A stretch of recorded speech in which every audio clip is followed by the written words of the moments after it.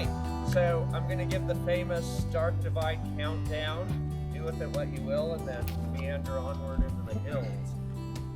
All right, 420, 311, 69, go.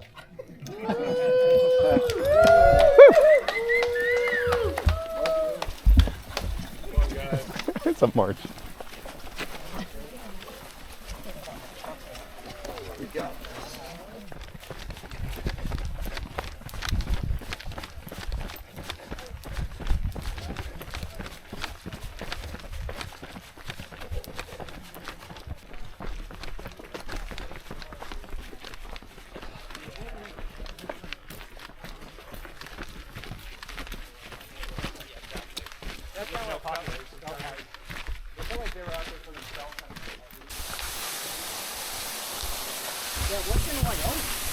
Wyoming has, I think Crazy Mountain might be Wyoming. Yeah. Yeah. Is that Montana? Okay, Wyoming.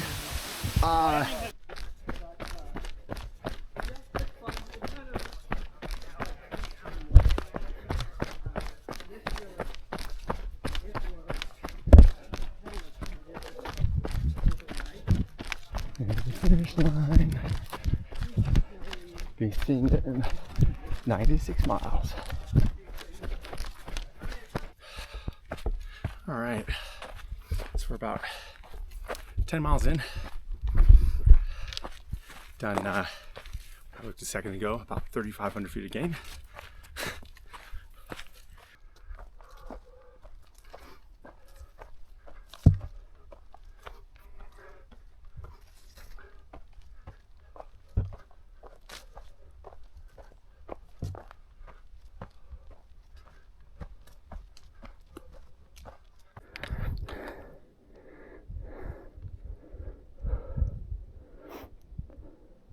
All right, so this will be a turnaround.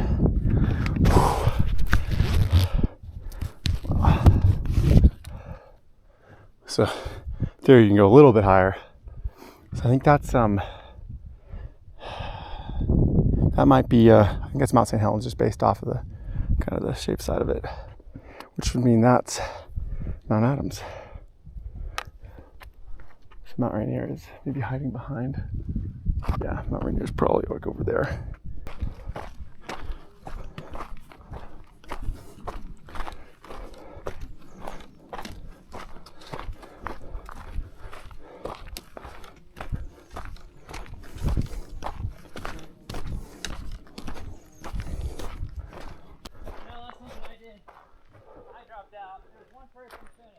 Need some bug spray.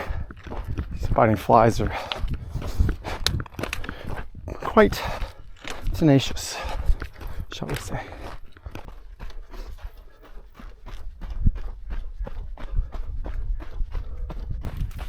All right, I actually don't know. About 5 miles to the next aid station. That means I'm about mile 15.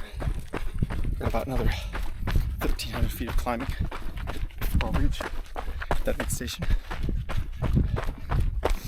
That's not too bad. 1,300 feet of gain over 5 miles. So we'll be coming back that way, I think.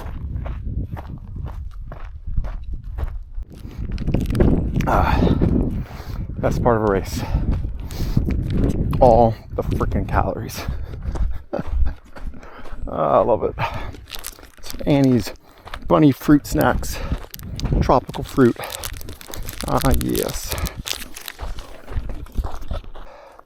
Just turn around.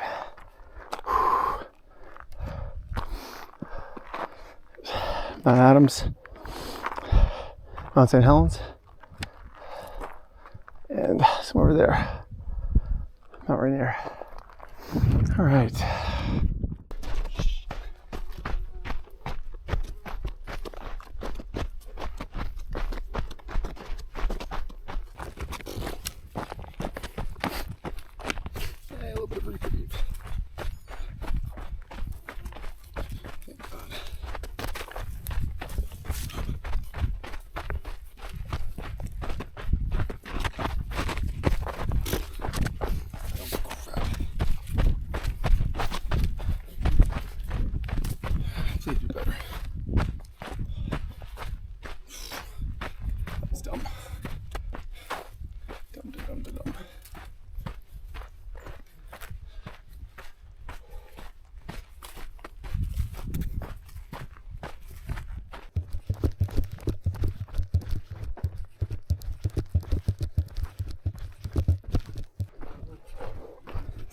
Hey. This guy's cooking.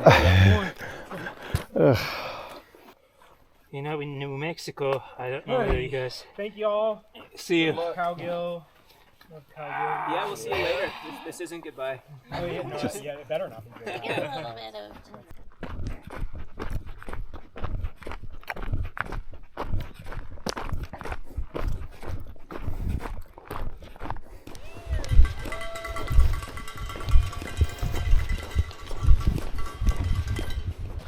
Hey, thank you. Look at your shorts.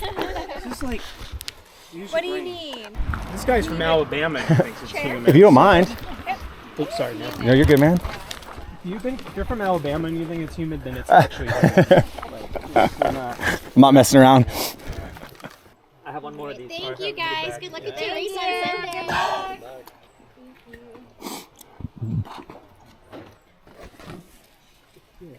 You gotta I gotta stash stuff or whatever. And it was 1,000 calories? Hell yeah. I got 1,000 calories. So there's a water crossing here. Yeah. It's a little sandy out there. Yeah, a little bit salty. After, it's like right here.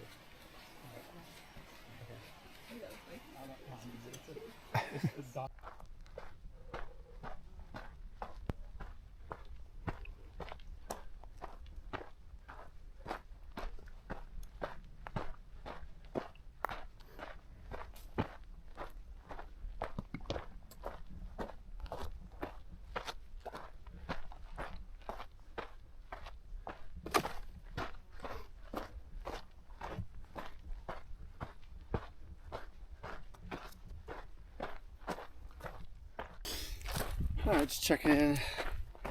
Mile 37. So there's at least 4, maybe 5 until the next aid station. This is the single biggest gap. So I've already gone, or there might be 11 or 12 miles since the previous aid station. It's brutal. Passed a guy, passed Joe. Poor Joe, struggling with just the heat.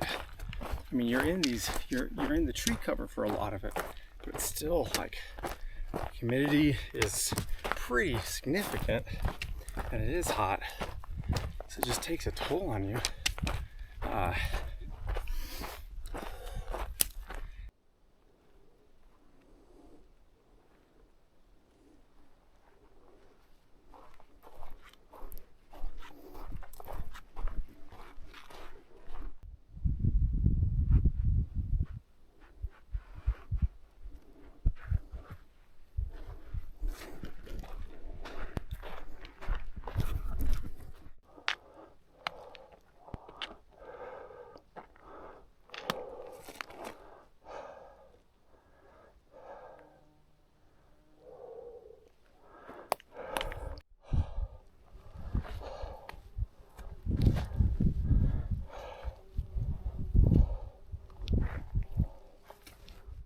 I'm Brian.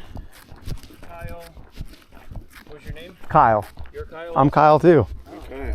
Hello, Kyle. Hey, Kyle. Good work. Thank you, Brian.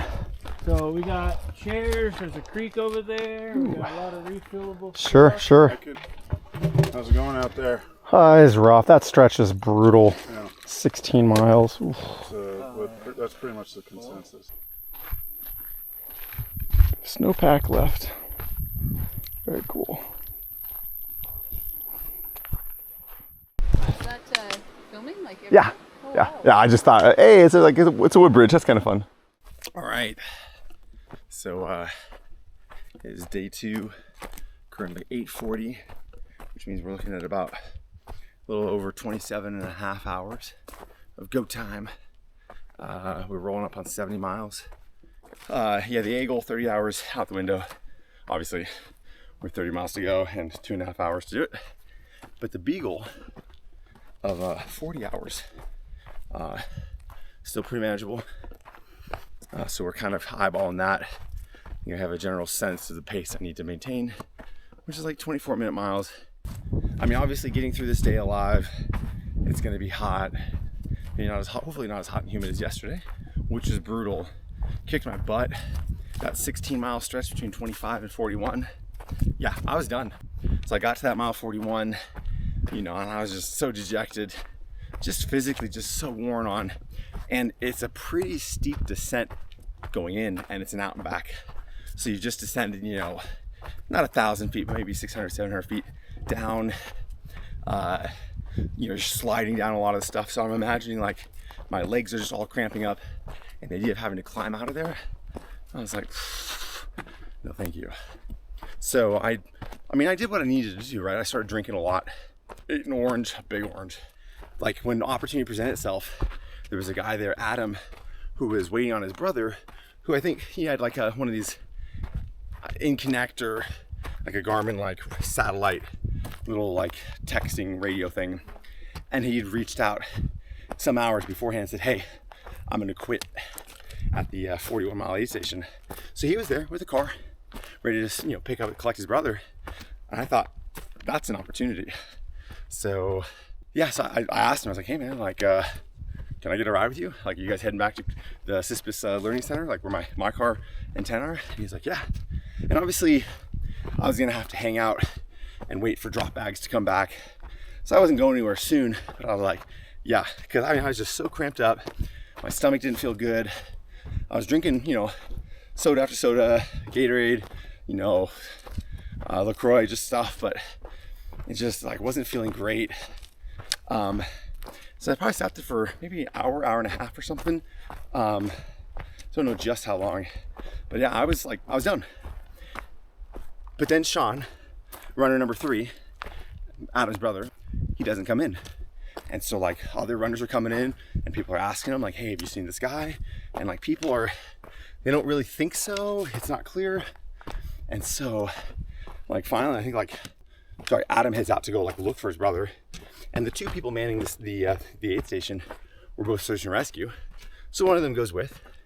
So they head up this stupid climb to get up to the ridge, because we've got these GPS spot trackers, and it's showing that he's up there somewhere. So they go up to see if they can locate him, and it's just kind of dragging on. And there's, you know, a few runners have come in and left, and you know, I'm just like, you know, just kind of sitting there sort of idling away. You know, the legs are starting to feel a little bit better. The fluids feel like they're staying down fine. So this one runner comes in. He'd been there for a minute, like maybe a pretty long chunk of time, but he gets up and starts squaring away, you know, getting ready to leave. So I'm like, hey, his name is David. I'm like, hey David, like, mind if I come with you? Because I wasn't quite ready. And he's like, sure. So I finished getting ready real quick and left with him. So we head out past Adam, the non-running brother, and the search and rescue guy, and they're just like yelling kind of around the ridge, just yelling the guy's name. So I tell, you know, Adam, I'm like, hey, I hope you find your brother, but be sure to thank him, because if he hadn't have gotten lost or whatever, I would have tapped out. If I'd had that easy out, would have taken it, absolutely. But because it got drug out long enough, had enough time to recover and be like, screw it, I'll go to the next aid station, another 10 miles. So I get to the next aid station, and again, like, this is like midnight, because we've walked pretty much the entire thing, me and David. So we get there, and I'm thinking I'm gonna sleep in a chair, and that aid station I think closes at like 6 a.m. is when the sweepers come through, and it's like 12:30. I'm thinking, yeah, grab a chair, find a blanket or something, just hunker down, get a little food. So I get in there, and like David grabs one chair, and this other dude, who I think had been in front of us, nabs a chair. And there were just the 2 that were like easily available. So I was like, damn it. So I got a drop bag there, so I pull that out, and I'm just looking at stuff, still on the fence, thinking like, I want to quit. I eat 2 instant ramens, delicious, with like veggie broth as the liquid, so like super salty, and it goes down good. And my stomach, which had like not been feeling great, feels okay. So I was like, huh. And then this gal who had caught up to us right as David and I came into the aid station, Sandra, she heads out. So again, I want to just get in one of those chairs and sleep, but like they're both hunkered down. I think David is gonna like sleep for an hour or 2 and see how he feels. And like the other dude is talking about just sitting there till 6 or 7 a.m. whenever they're packed up, and he's just gonna catch a ride out. So I was like, damn it. So Sandra and her pacer, Laura, they head out. And at this point, like I still have my shoes on from the previous 25. So I take those shoes off. The aid station guy gives me a bunch of like wet wipes, get the feet cleaned up, new socks, new shoes, like kind of square things away. And then I get out there and it's like 5 miles to the next aid station, all downhill pretty much. So I go out cruising, scrape up my knee a little bit, you know, yeah. So yeah, so I catch up to them like right before the aid station, maybe a mile out. We go in together and you know, it's kind of a smaller aid station, whatever, but they've got some watermelon, cantaloupe. And at this point, I've had 2 attempts that I've tried to freaking quit. So now I'm kind of pissed. I'm like, well, screw it. Like the next thing after we leave that aid station is this stupid hill. There's an aid station in the middle of the hill, or kind of early on in the hill, about a third of the way up. So I'm like, well, screw it. You know, it's starting to look like, I think the issues that I was, now we'll see how the heat of this day gets me and how bad it is. But things start to seem shaped up. So I'm like, let's go for it. So sub 40, still on the table, trying to move, make good time. But yeah, it's been a roller coaster. I mean, I was super checked out at that 41 mile aid station. Just, I mean, again, I sat there for like an hour and a half, 2 hours. So I was like chugging the fluids, shivering a lot, you know, cramping if I like moved in the wrong way. So like I was not in a good way. And I was like, yeah, I think I can be done. But there was part of me that nagging, like, do I keep quitting? Like, I mean, I've obviously done these, but I feel like I kind of keep quitting when things get a little tough. Not like, I mean, I can push through some things, but there's still part of me that's like, I'm not really like giving it my all. So yeah, here we are, trying to give it my all. I appreciate that you guys have been riding in a pretty tight formation because it makes it easier to step out of the way. Yeah. We're bugging you. We're stalking you. Yeah. Well, I'm going to Cispus. Cool. How far are you? It's like the ultra marathon? It's a 100-miler, the Dark Divide 100-miler. Damn, dude. Yeah, it's ride. We could rip you up for 10 miles. I appreciate that. I'm pretty beat to shit because I'm 75 miles in, but no shit. there's a pride though in doing it all yourself. Okay. Yeah, but I appreciate it. You're so happy right now. I'm stoked to be. I've done the bulk of the climbing, and now there's still a few rises and shit. You know, maybe another 4,000 feet of gain, but it's mostly downhill from here though. Awesome. Yeah. Shit. All right, dude. All right. Have fun. Take it easy, y'all. You can pop on by.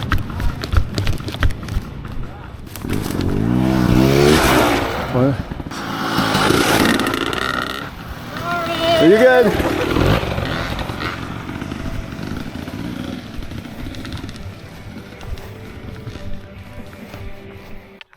All right.